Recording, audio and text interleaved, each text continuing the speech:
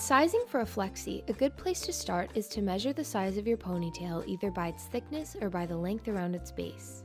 Once you know the flexi clip size that's right for your ponytail, your clip size will range from a size up, for bundling all your hair up, to a size below, when you want to hold an amount of hair that's less than your ponytail. Here are some factors to consider when buying a flexi clip for yourself or as a gift. First, think about hair type. Is the hair very kinky curly, wavy, or is it really pin straight? Second, hair texture. Is the hair cuticle baby fine and slippery or coarse and thick in feel? Third, length. Is the hair short, shoulder length, or past the waist? Depending on hair type and texture, length can affect how much hair is bundled into a bun or any kind of updo. And lastly, hairstyle. How do you wear your hair up? Most women do a variation of a ponytail, half up, up down, or a bun.